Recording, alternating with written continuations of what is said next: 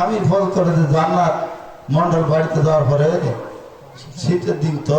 এদিকে চৈত্র মাসে পয়সাল কিন্তু হাগে গেছে মাঝে মাঝে গিরিজ দেওয়া লাগে কি ঠিক না বেঠে তে যায় পায়ের তলা নিচে খুঁজতেছে জান্নাত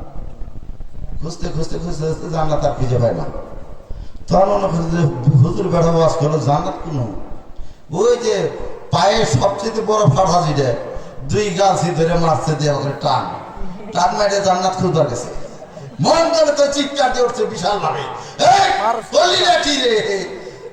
আমি যে হুজুরের বাসর না গেছিলাম কইলো বেড়া স্বামীর পদতলে জান্নাত আমি জান্নাত খুঁজবার যাই কাম করছি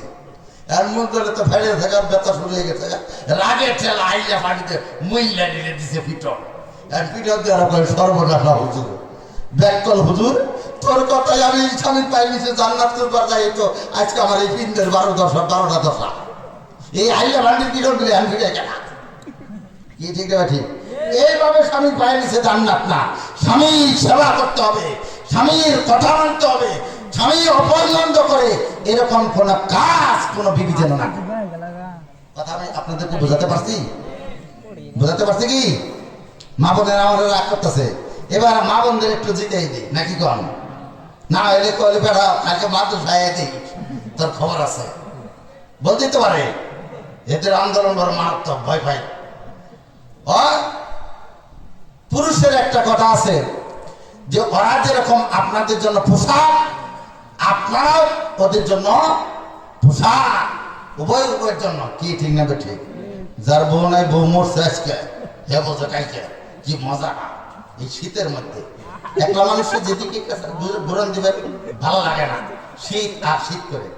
নেপ কাঁথা কম্বল এইদিকে কাইসে কাইসে দিবেন এইদিকে কাইসে কাইসে দিবেন তারপরে দেখেন ঘুরার পরে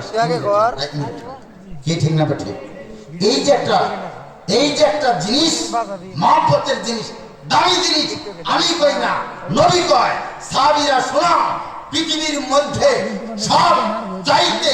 মধুময় জিনিস কোনটি তখন সাহাবীরা বললেন আলামু রাসূলুল্লাহ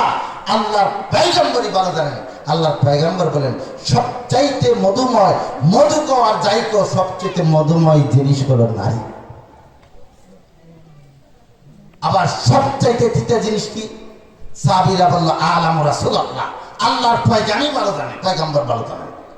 তখন বলল সবচাইতে তৃতীয় জিনিস হলো নারী মধুময় নারী তৃতীয় জিনিস নারী এরপরেও